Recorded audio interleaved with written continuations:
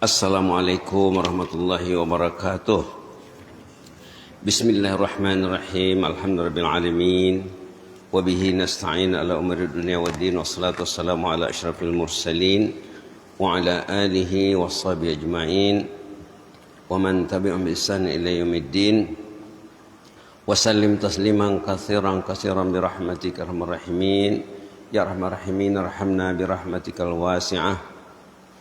وعافنا واعف عنا وعلى طاعتك وشكرك عنا اللهم زدنا ولا تنقصنا وأكرمنا ولا تهنا وعاتنا ولا تحرمنا وأثرنا ولا تؤثر علينا وأرضنا وارض عنا. Alhamdulillah, tidak bosan, tidak jemu kita mengucap Alhamdulillah, karena membaca Alhamdulillah itu wajib hukumnya ya. Membaca Alhamdulillah wajib hukumnya, karena dia termasuk ayat dalam Al-Fatihah. Setiap saat kita membaca Alhamdulillah, bangun tidur Alhamdulillah, sesudah makan Alhamdulillah, keluar dari kamar mandi Alhamdulillah. Setiap saat kita baca Alhamdulillah, namanya kita ingat Allah, serta selawat dan salam ke atas Rasulullah SAW. Kita lanjutkan pembicaraan bersama buku Kesan Dosa ataupun tajuk Arabnya, judul Arabnya Ad-Da' wa Dawa, penyakit dan obatnya. Penyakit manusia yang melanda semua manusia, kata ulama, penyakitnya dosa. Dosa itu penyakit. Dosa itu penyakit. Bahkan ada ulama mengatakan lagi dosa itu racun. Di sini dalam kulit belakang buku ini ada kata-kata ulama terkemuka di Malaysia. Tiap-tiap dosa mesti ada kesan. Umpama orang yang makan barang beracun, racun sedikit maka kesannya sedikit, racun banyak maka kesannya banyak. Ini ulama tersohor di Malaysia dulu, ketua ulama di sana sudah meninggal, Syekh almarhum Tuan Guru Datuk Ni Abdul Aziz Nikmat. Dia ini juga anggota, kalau di sini MPR, kalau di sana parlemen ya. Dia anggota parlemen dan dia ketua ulama, dan dia ulama yang disegani. Ada kata-kata pengantarnya di sini. Dosa itu ibarat racun. Kalau kita buat dosa, kita terjangkit racun. Semakin hari buat dosa, semakin harilah orang tuh terkait dengan racun. Na'udzubillah. Maka Imam Ibnu Qayyim dalam pengarang buku ini mengatakan, untuk mengelakkan diri dari racun, kita perlu pandai, kita perlu waspada terhadap syaitan. Karena syaitan itulah yang mengajak kita melakukan benda yang, perkara yang menimbulkan dosa. Maka dalam buku ini dibilang lebih 12 fasilitas yang diberikan Allah untuk kita, agar kita waspada selalu. Kita sudah bicara 1, 2, 3 sampai 6. Sekarang kita bicara nomor 7, namanya al-yaqin. Satu nikmat yang diberikan Allah kepada kita, al-yaqin, keyakinan. Keyakinan itu tahap iman yang paling tinggi. Semua orang beriman, semua orang Islam, tapi yakin, bukan semua orang yakin. Padahal yakin itu termasuk syarat sukses hidup. Ingin sukses hidup mesti yakin. Kita lihat saja di awal Baqarah ya. Awal Baqarah, sifat-sifat muttaqin dan sifat-sifat orang yang sukses. Pertama, alladzina yu'minuna bil ghaib, beriman kepada yang gaib. Kita sudah bicara kemarin tentang iman serba sedikit. Kemudian wa yuqimunas shalah, menegakkan salat. Menegakkan salat ini kalau kita baca di tafsirnya, salat berjamaah mesti di masjid. Kalau kita baca dalam tafsir ya, jangan baca terjemahan atau buku-buku fikih saja. Bacalah tafsir. Lihatlah realitas keadaan umat Islam di awal Islam. Lihatlah hidupnya Rasulullah. Lihatlah hidupnya sahabat. Mereka dalam suasana perang pun salat berjamaah. Musafir salat berjamaah.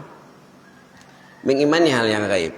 Kemudian menegakkan salat, kemudian menunaikan zakat, kemudian mengimani kitab-kitab yang diturunkan kepada Rasulullah itu Al-Quran, dan kitab yang diturunkan sebelumnya kitab-kitab suci yang lain. Baru nanti wabil akhirati hum yuqinun. Mereka meyakini hari akhirat. Baru sesudahnya ulaika ala hudam min rabbihim wa ulaika humul muflihun. 5 ayat pertama surah Baqarah itu ya perlu kita kuasai itu. Fatihah perlu dikuasai. 5 ayat pertama surah Baqarah perlu dikuasai supaya kita hidup sukses. Di sana disebut apa? Wabil akhirati hum yuqinun. Mereka yakin tentang hari akhirat. Yakin itu bukan di lidah saja ya.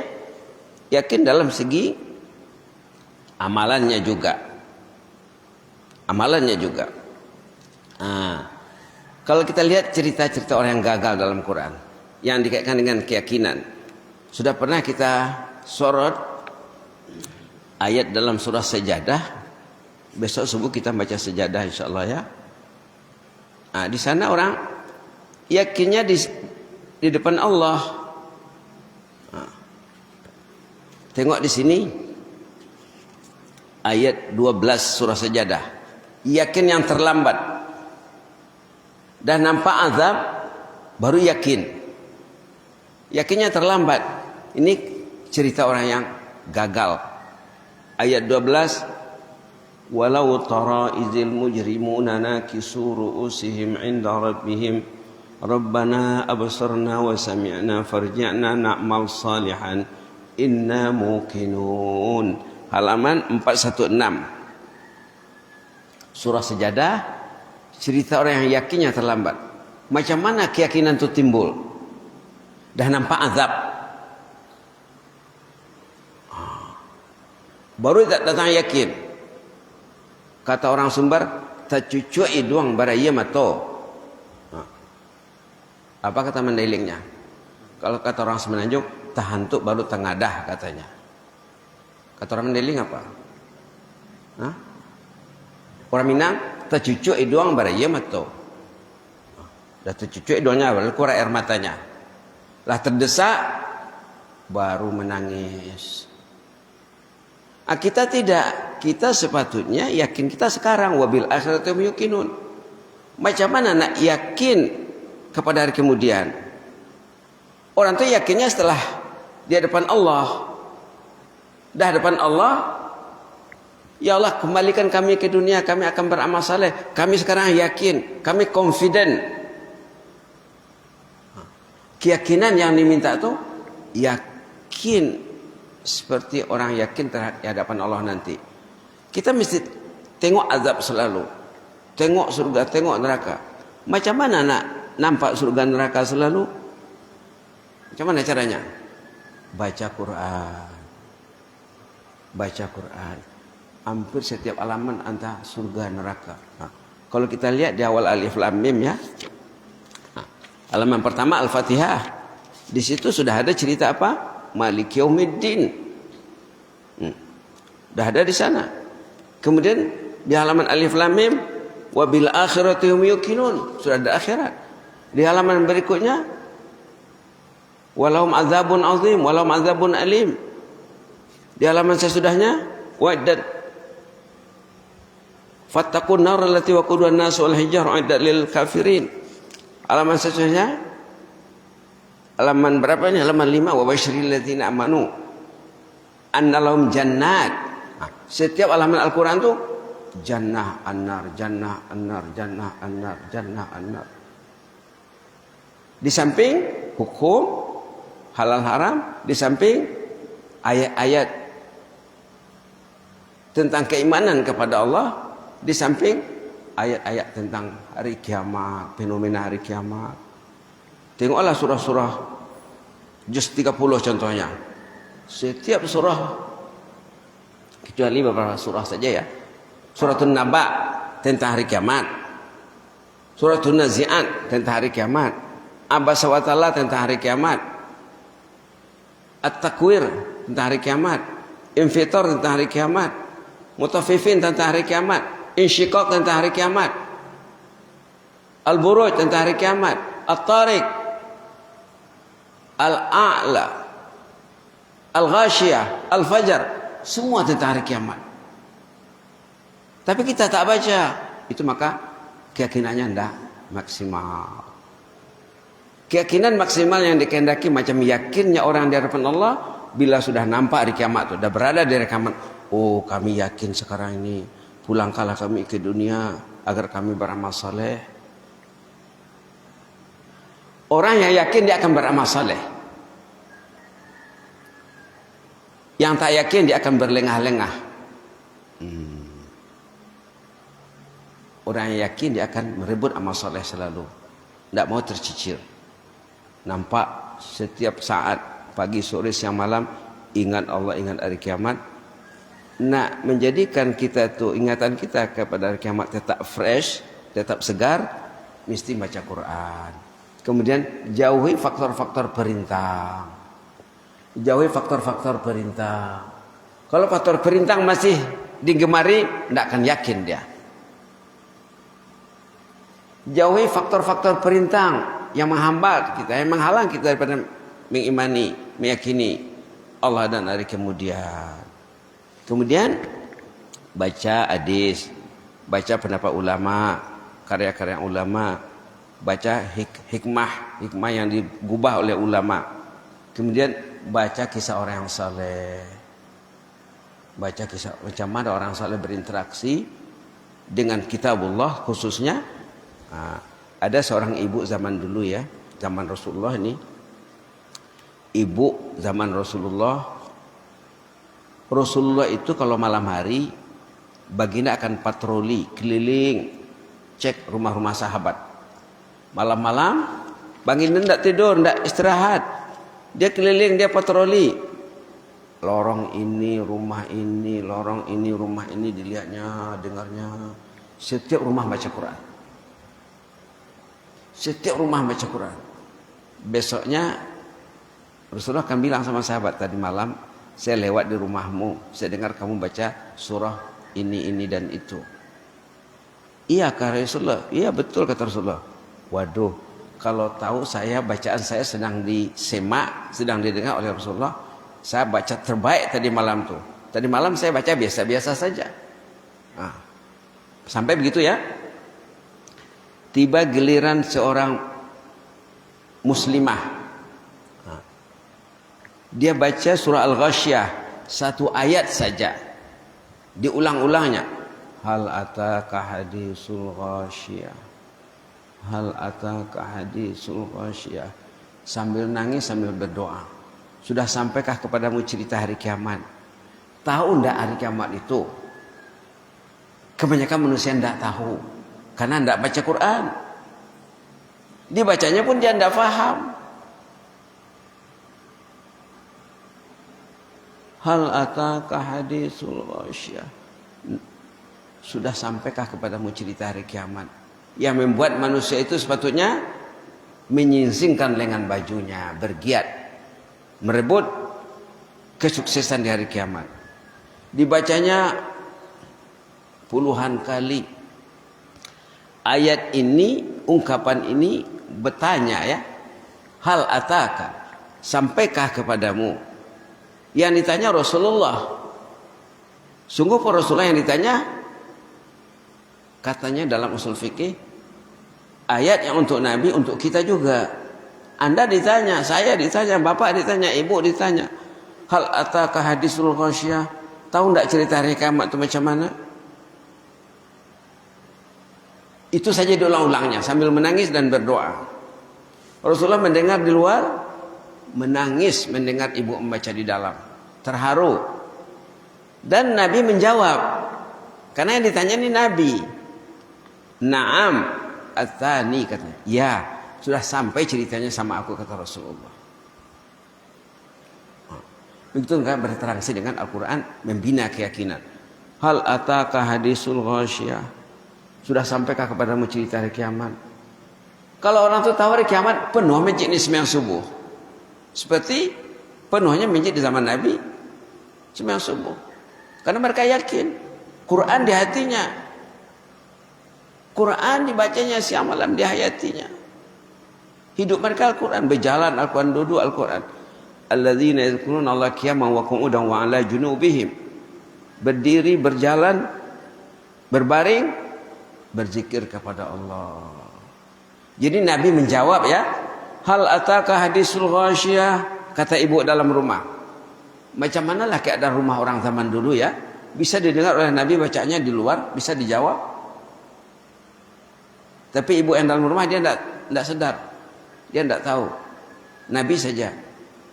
Naam atani, kata Rasul. Iya, sudah sampai kepadaku. Nah, alangkah baiknya kalau kita duduk di rumah dengan istri, dengan keluarga, satu membaca, satu menjawab. Hal ataka hadisul ghasyiyah? Sampai tidak kemana-mana cerita hari kiamat. Tahu tak hari kiamat? Begitu mereka zaman dulu ya. Nah, ada pula cerita seorang ulama bersama muridnya. Namanya, muridnya itu santrinya Muhammad bin Al-Munkadir. Dia membaca surah Az-Zumar. Surah Az-Zumar dibacanya. Subhanallah. Surah Az-Zumar ini sebelum surah Ghafir. Dibacanya Bismillahirrahmanirrahim. Wa badalahum minallahi ma lam yakunu yahtasibun. Ayat 47 surah Zumar alamat 463. Seorang hamba Allah, dia sholat tahajud, lalu dibacanya Quran sampai bacanya di ayat nomor 47 surah Zumar, wa badalahum minallahi ma lam yakunu yahtasibun.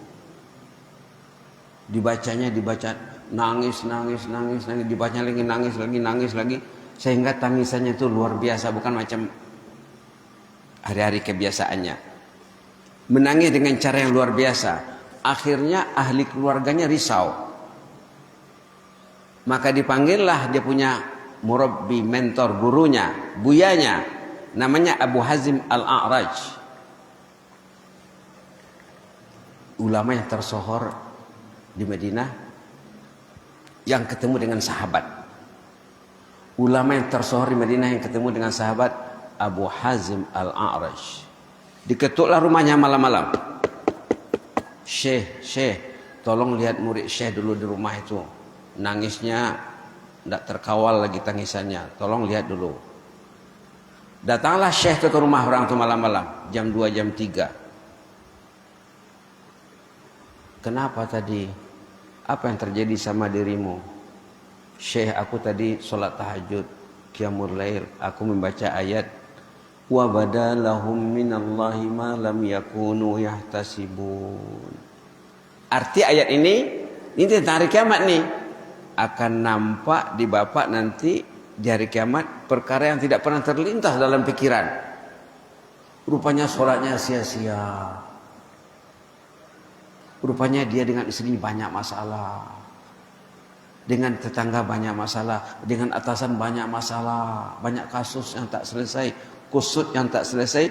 Keruh yang tidak jernih. Retak yang tidak ditemukan. Ibadahnya masalah. Dia dengan Quran masalah. Dia dengan masjid masalah. Wa badalahum minallahi ma lam yakunu yahtasibun. Akan ketara, akan kelihatan nanti di hadapan Allah perkara yang tidak pernah terfikir dalam hidup ini. Itu maksud ayat ini. Lalu orang tadi nangis dan mendengar komentar si murid, si santri, buyanya, gurunya lagi nangis. Menangis lebih dari muridnya. Karena dia baca selama ini sentuhan itu tidak sampai sama dia. Bila diterangkan oleh muridnya, maka hatinya tersentuh. Dia pun menangis. Menangislah dua-dua di situ. Begitu orang saleh ya. Yakinnya dengan hari kiamat itu setelah berinteraksi dengan kalam Allah. Kenapa kita tak yakin? Quran jauh di hati. Selagi Quran jauh di hati, Quran tak dibaca, Quran tidak dibaca, tidak diteliti, kita tetap akan renggang dengan keyakinan tadi.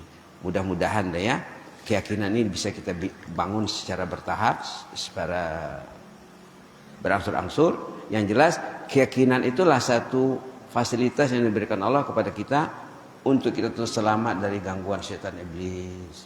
Kalau dia yakin dia nampak sama dia, jauh lagi dia akan terjebak dalam perangkap setan iblis. Dia sudah nampak sama dia karena dia yakin. Kata orang Sumbar, alum bakile la bakalam, la tahu baan angkat tumbuh, alun taliek la paham, tahu apa yang akan berlaku katanya. Begitu orang sudah ada keyakinannya, jauh-jauh lagi dia sudah nampak. Bakile ikan dalam air lah tahu jantan jo batino, kata orang Minang sana. Itu orang Minang tu ya. Berkilat ikan di dalam air lah tahu jantan batino. Artinya apa? Jauh-jauh lagi Allah telah kasih dia kekuatan untuk melihat yang gaib, untuk membina keyakinan dia kepada Allah. Begitu saja dulu ya. Nanti kita lanjutkan dengan fasilitas lain. Yang belahnya kita sudah bicara 7 fasilitas yang diberikan Allah kepada kita. Kalau keyakinannya dia tidak dapat membinanya, tidak dapat mengevaluasi keyakinannya, dia akan kalah selalu dengan iblis ini. Tewas selalu, hari ini tewas, besok tewas, lusa tewas lagi. Dia memang itulah tujuannya ya. Lihat hizbahu liyakunu min ashabis sa'ir katanya. Dia akan mengajak golongannya, grupnya, konco-konconya agar menjadi penduduk neraka. Dalam surah Fatir ya. Dalam surah Fatir kita ada bicara kemarin, innama yad'u hizbahu, iblis itu mengajak gengnya, kumpulannya agar masuk neraka sa'ir. Ayat-ayat tentang keiblisan ya. Kemarin dalam surah Fatir boleh kita lihat lagi. Bismillahirrahmanirrahim. Halaman 435. Inna syaitana lakum adu. Syaitan itu jelas musuh kalian. Fattakhizu aduwa. Jadikanlah dia sebagai musuh. Jangan berkawan dengan dia. Jangan di-like dia. Jangan dijempol dia. Innama yad'u hizbahu liyakunu min ashabis sa'ir. Dia mengajak konco-konconya, kumpulannya agar menjadi penghuni neraka. Ayat 6 surah Fatir. Mudah-mudahan kita diberi Allah keyakinan ya. Insyaallah. Jazakumullah khaira. Inni uhibbukum fillah wa astaudikumullah. Wassalamualaikum warahmatullahi wabarakatuh.